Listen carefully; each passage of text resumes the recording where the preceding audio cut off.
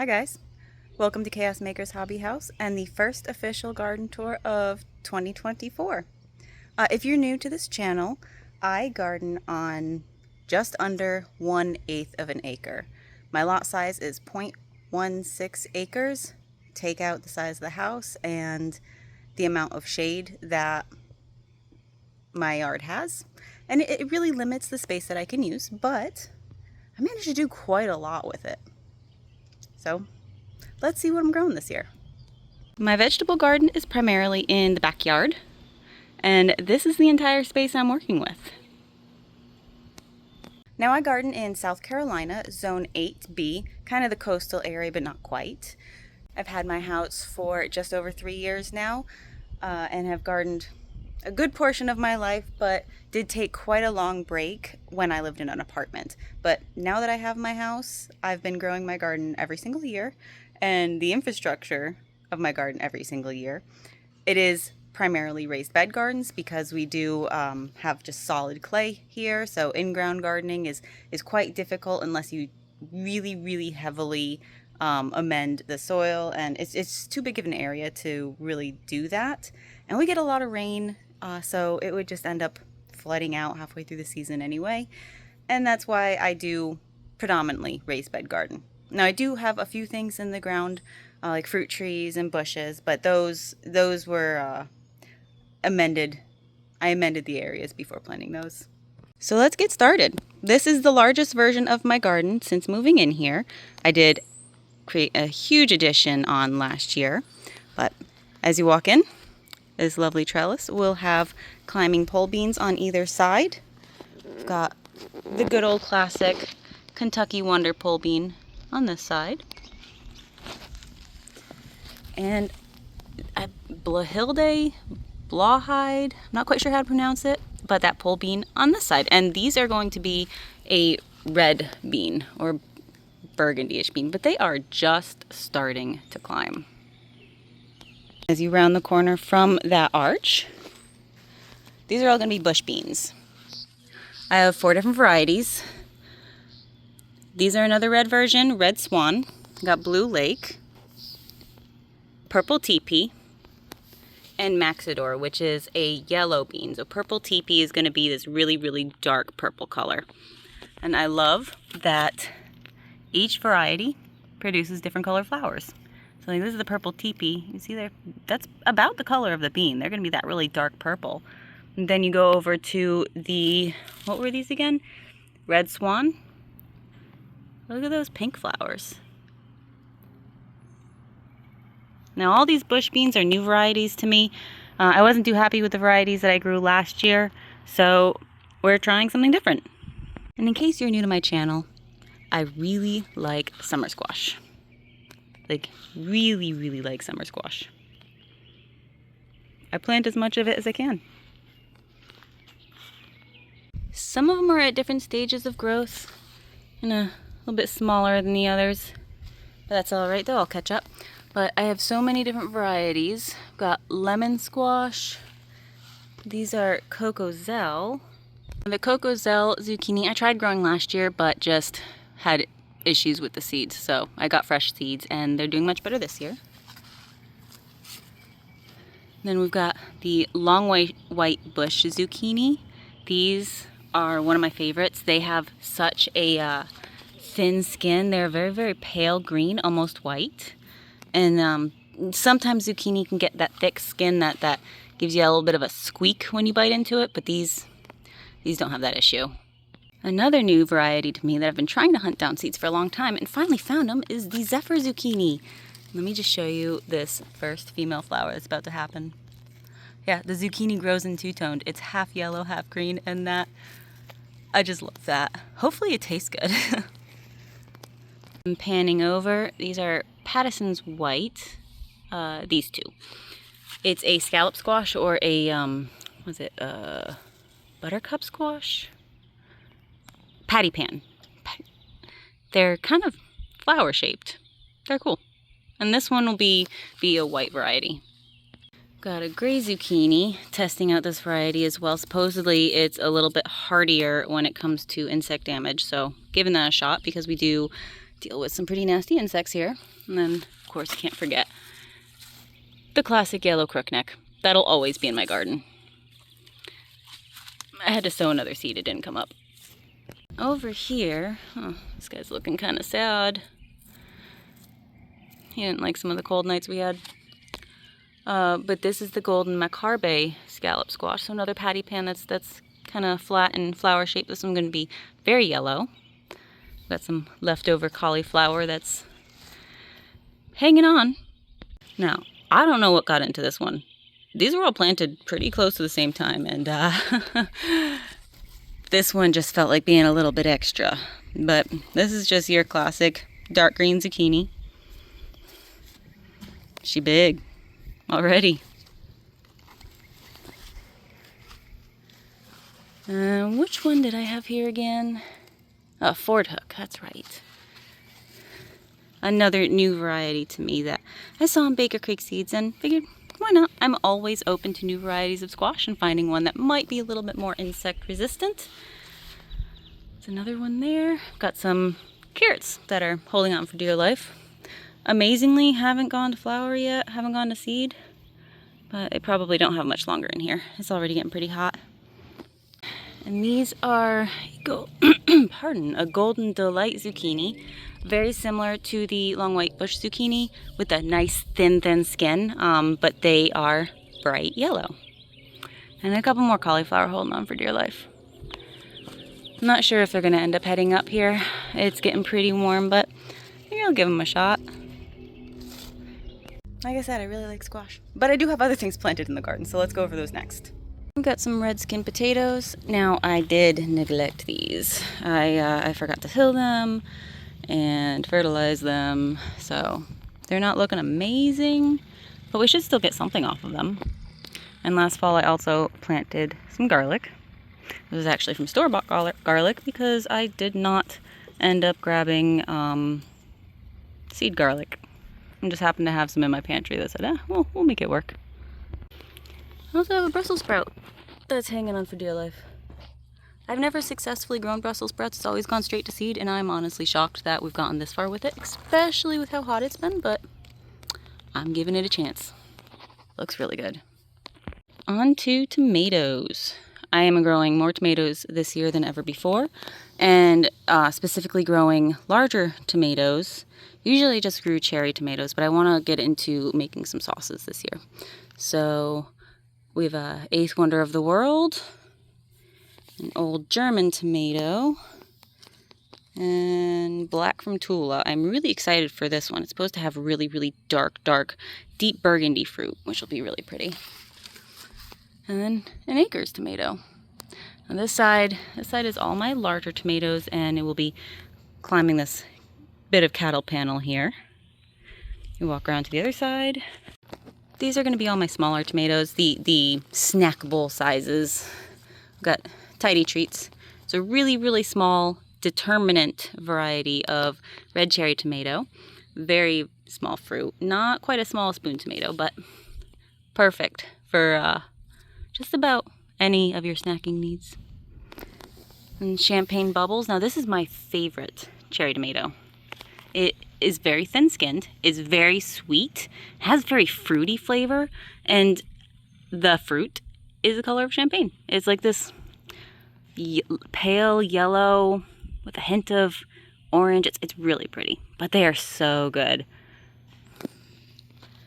And this one is the Isis Candy cherry tomato. It was given to me by a friend. Never tried it before, but why not? Now this is the only one that is not a small variety. It is a Pantano Romanesco tomato. They do get quite big, but we're going big this year. I've been having some real trouble with my peppers this year. They were all kind of stunted. I have a few that are doing okay, like the sweet banana pepper. I mean, they're pretty tough. The sweet Italian pepperoncini seems to be doing pretty well. Corbaci pepper, while stunted, it was still doing okay, and then I came out today and it's kind of sad and wilty, so I might have to start that over. The Lacea pepper's doing pretty good. a little bit on the smaller side. I unfortunately forgot these out on some cold nights when I was hardening them off, and peppers do not like to be cold, so it stunted them a little. And then this is the sad little yellow bikini pepper. I started some more seeds because clearly that one's just it's not gonna do it. In this corner we have okra, Clemson spineless okra. My first year growing okra. I've only ever had it pickled. I figured I want to try it. I want to try it fresh, see what the slime is all about that everyone talks about, and I mean, why not just grow it? Try it that way instead of trying to track it down. Now over here is my all-time favorite melon. Is the Ananas de Amérique melon. I grew it for the first time last year, and it'll be in my garden forever now. It is amazing. It gets the webbing on the skin. What is it, like a honeydew, I believe? And the flesh is like a pale yellow that is so sweet. Doesn't have that must flavor. So good. And I'm branching out with the orange varieties of watermelon. This is a Cajo watermelon. I'm trying to remember if this is a full-size melon or like an icebox size. I'll have to double check. But yeah, orange flesh. I'm gonna let it probably. It's gotta be an icebox size. Otherwise, I wouldn't have planted it by the trellis so it could climb the trellis. Yeah. And I've got a few more things that'll be coming into this garden here in the near future. They just need to get a little bit bigger. Started them either late or had trouble getting them to germinate right away. But I love seeing the green back in the garden. Oh, it fills me so much warmth. And let me just tell you, my backyard smells incredible. All of the star jasmine is blooming. Oh, if there was smell-o-vision, I would take you along with me for this. It is absolutely incredible. Best part of spring, outside of gardening and planting. But oh, it smells so good. And of course, if left to their own devices, I've got compost volunteers. Tomato, no idea what variety. And apparently at some point I threw out a potato. Or I threw a potato in compost. I don't remember doing it, but I mean, there's your proof. And in the other backyard plot, I have another trellis. This is going to be various types of loofah. I've got 3 types of loofah. Got a unknown variety, but the seeds were white. So usually loofah seeds are black, and I was intrigued, so trying it. We've got the ridge gourd loofah. They kind of make a heavier duty, denser sponge, but man, are they a nightmare to peel. But they're all looking pretty good. Then on the other side, I've got just the classic loofah that I grew last year with the black seeds. Pretty fine sponge, but it's getting there. They're slow to start, but then they take off and go wild. Fine, I'll get 30 plus feet if you let it. So I threw in a little honeydew there and another watermelon, but I can't remember which variety I put here. Oh, Lacia Sweet Glow. Yeah, that's another orange one. So this I'm just going to let climb along the ground.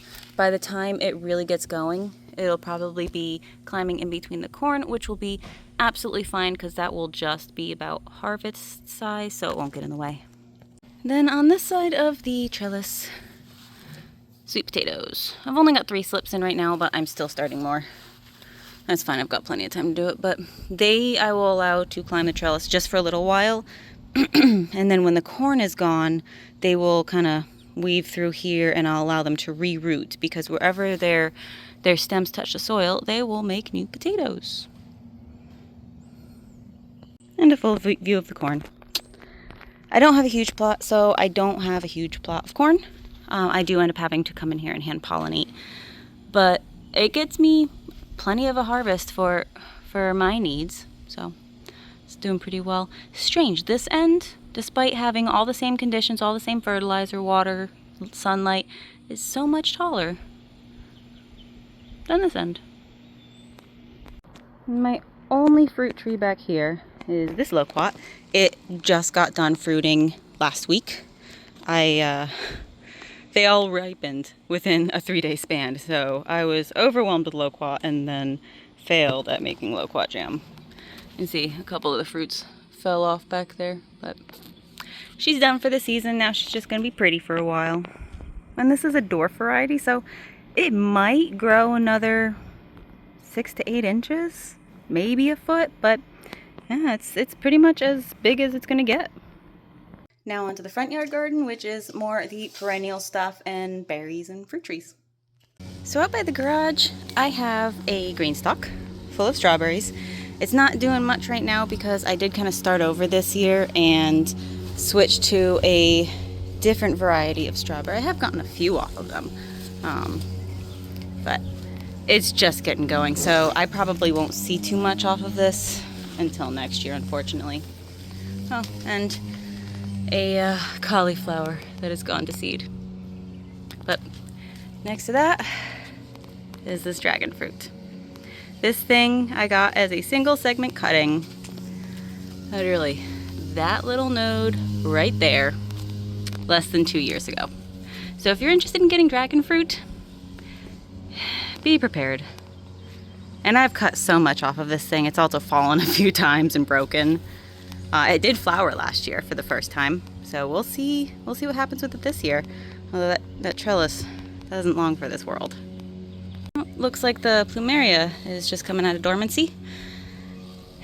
It took a little bit of cold damage last year, so I had to cut off the ends. I didn't bring it inside this year, I just brought it into the garage. And the garage stayed warm enough, but still managed to get some cold damage, but it's recovering. If I can get to focus. Yeah, see all those little nodes that's growing around it? If you've been following along for a while, you know that what I thought I was planting was heritage red raspberries. They are in fact not heritage red raspberries. They, I believe, are Anne's golden raspberries. They ripen to beautiful golden color. They are delicious. Not what I was expecting, but I'm not mad. It looks like we're already starting to get a good amount of fruit on it. I'm gonna have to put some bird netting over it here very soon. Speaking of bird netting, I already did put bird netting over my blueberry. This is the pink lemonade. They're gonna be ripening up soon. It's looking good.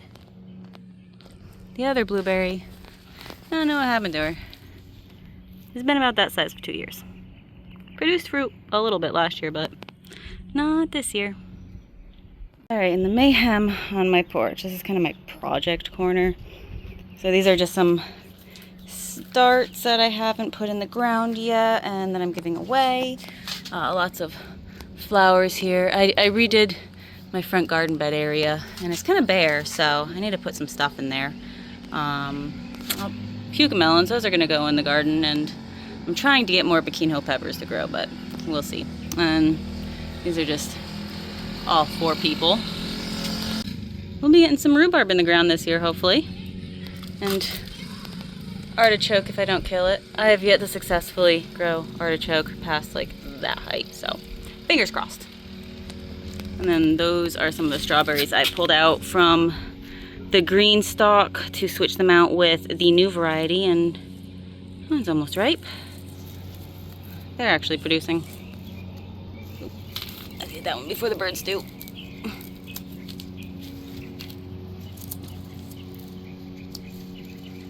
Tiny, early fruit. Let's get some good ones coming. My friend gave me a fig cutting a couple months ago. It was a little thing, and did some pruning, and it looks pretty good. So we'll see what comes of that. And some mango tree I grew from seed. Like I said, I like to experiment. I did cut the top off in hopes it would encourage branching. Hasn't really branched any further, but I'm sure it will in time. Oh, would you look at that? Let's see, can you see it? Little flower right there. This is a Stevens cranberry. So it's a cranberry shrub. I was under the impression it got 2 feet wide. That's what the listing said when I purchased it, but it's a little bigger. So I haven't found a permanent place for it in the ground yet because it's a lot more spready outy and cascading than I expected. So it's just been living in a pot. Oh, strawberry down. But maybe I'll find a place for it. Thought about hanging it, but it still dragged on the ground. Oh, here's another dragon fruit. This came from a cutting off of that big plant. And that cutting was taken last year. It's probably about 8-9 months of growth. And then it'll just explode. But I was smart and actually made the proper support for it this time. Oh. Oh, what is that? Oh my goodness. That is stunning. This is my Nancy Garrison's passion fruit. Got this kind of end of last year. There's another bloom. Oh, we're gonna have to get a better look at this. But it creates a purple passion fruit, and the Nancy Garrison passion fruit is supposedly the hardiest of all passion fruits, so it can do okay in my zone. I'm still keeping it potted though, just in case I need to bring it inside. Oh, it's so pretty. That's the first time it's bloomed. Wow, they look so alien. More dragon fruit cuttings. But this little sad stick is a pawpaw.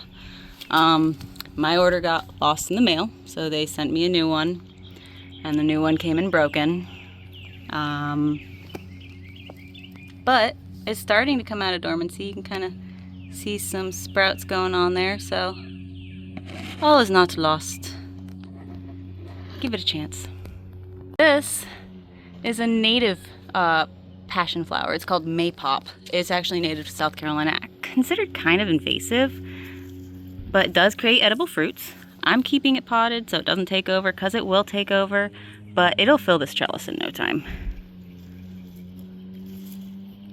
So yes, I grow a lot that I can eat, but I also grow some things just because they're pretty. And that aloe, I have never brought that thing inside. It survives freezing temperatures.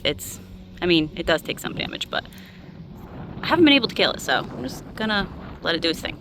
But I have my front flower garden bed. I did kind of redo this area so you can see it's a little bit bare. But this silver mound, I got it just so I can touch it. It is the softest thing I've ever felt. I'm a very tactile person. You gotta touch things. But we've got some dianthus. I can't remember what that is. I don't know. And some blanket flower that's just starting to come up. Lots of cone flower, some pincushion flower. Should probably deadhead. Get it to grow some more flowers here. But got some sunflowers, more cone flowers. That is a star cherry that is supposed to do okay in our zone, but has been kind of killed back by the frost or by the freeze every year so far. So it hasn't really gotten to the point of fruiting yet, but it always comes back. So I'm just gonna let it be, see what happens. Really, sunflowers? Are you already trying to bloom? Why? You're mammoth sunflowers. You're supposed to be like 10, 12 feet tall. Come on. You're like 3 feet tall. Okay, so this purple heart will all fill in and cascade over this area. It'll be really, really pretty. This is a dwarf persimmon, or not persimmon, pomegranate. The fruit only gets to be about the size of a golf ball. I got one fruit last year. It was a very young tree, but it's blooming this year, and I'll show you a picture of the blooms when they're open and fresh. They look like parachute pants. I'm kind of obsessed. I should get something more than one off of it this year. I do have a full-size one down by the driveway, but it was just planted. It's tiny, tiny, tiny. I don't expect much. Let me see this passion fruit. Oh, it's so pretty. Ah, oh, it makes me so happy. Oh, hi, little assassin bug. Thanks for keeping things pest-free. Yeah, there's a lot more blooms on it, though. Oh, I did sneak some watermelons into the flower bed, too. It's a black diamond. Orange tender sweet. Yeah, stick them where you can fit them. The HOA doesn't know, it won't hurt them. But this is a dormant red raspberry. It is not technically a true red raspberry. It's a red raspberry, it's just not the same genus. And they're better suited for South Carolina for the hot and humid. And I've had them for a long time now. I'd say actually almost the entire 3 years I've been here. And I moved them once. And in the spot that I moved them, I have since dug out the soil 2 years in a row, 100%, replaced with new soil, got rid of every single root I could find, and they're still popping up in the original place I planted them. But, ooh, got fruit forming. But this is the permanent home for them now, and I started with 2 canes 3 years ago. And I've given a bunch away. But they're delicious, so that's fine. Over here is just pretty much ornamental. Canna lily, butterfly ginger lily. That stuff smells incredible. I can't wait for it to bloom. And it spreads really, really fast. And in that corner I do have a torch ginger and some cucurma cyan tulip things that may or may not come back. I dug them up and transplanted them kind of in this area and did a lot of damage to the bulbs in the process because they were unlike any bulbs I've ever seen and really delicate. But elephant ear is starting to come back. It started to come out of dormancy when right before we had a cold snap and did a little damage, but it's blooming. Yeah, isn't that crazy? That is an elephant ear bloom.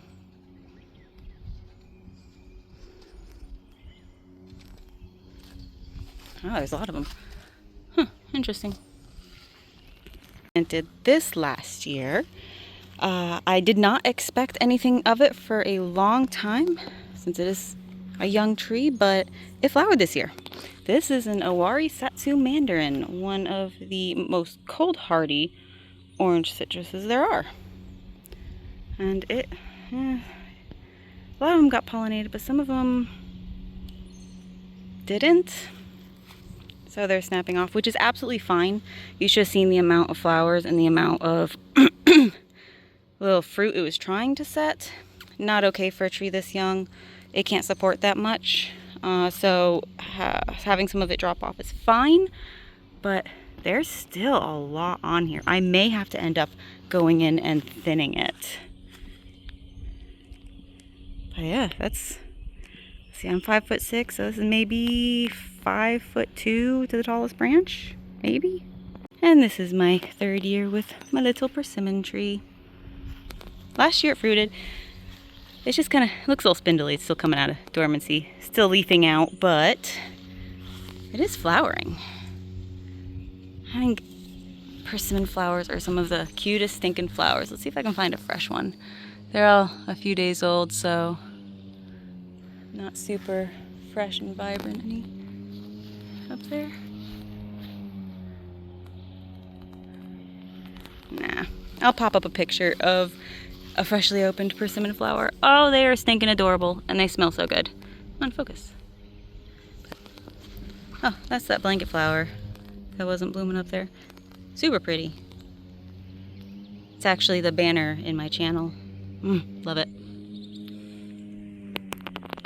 This thing was 3 feet when I got it. It's now easily 6 feet. And this little guy, tiny little guy, is the full-size wonderful pomegranate. That still has quite a bit of growing to do, but these things grow super fast. So I'm sure by the end of summer, it'll be huge. Oh, I almost forgot about the herbs behind me. Planted some herbs on the wall over here. And we got some mint, catnip, because, you know, Kitty's gonna love it. Parsley, basil, and some citronella. Oh, it smells good over here.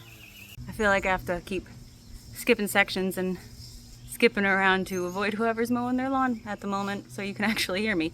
And one of the perils of living in a small neighborhood on small plots. I mean, it's fine, it doesn't bother me at all, but kind of makes for shooting videos a little tricky sometimes if You won't actually hear people over the mowers, but I'm so excited for this garden season. I'm really liking what I'm seeing so far.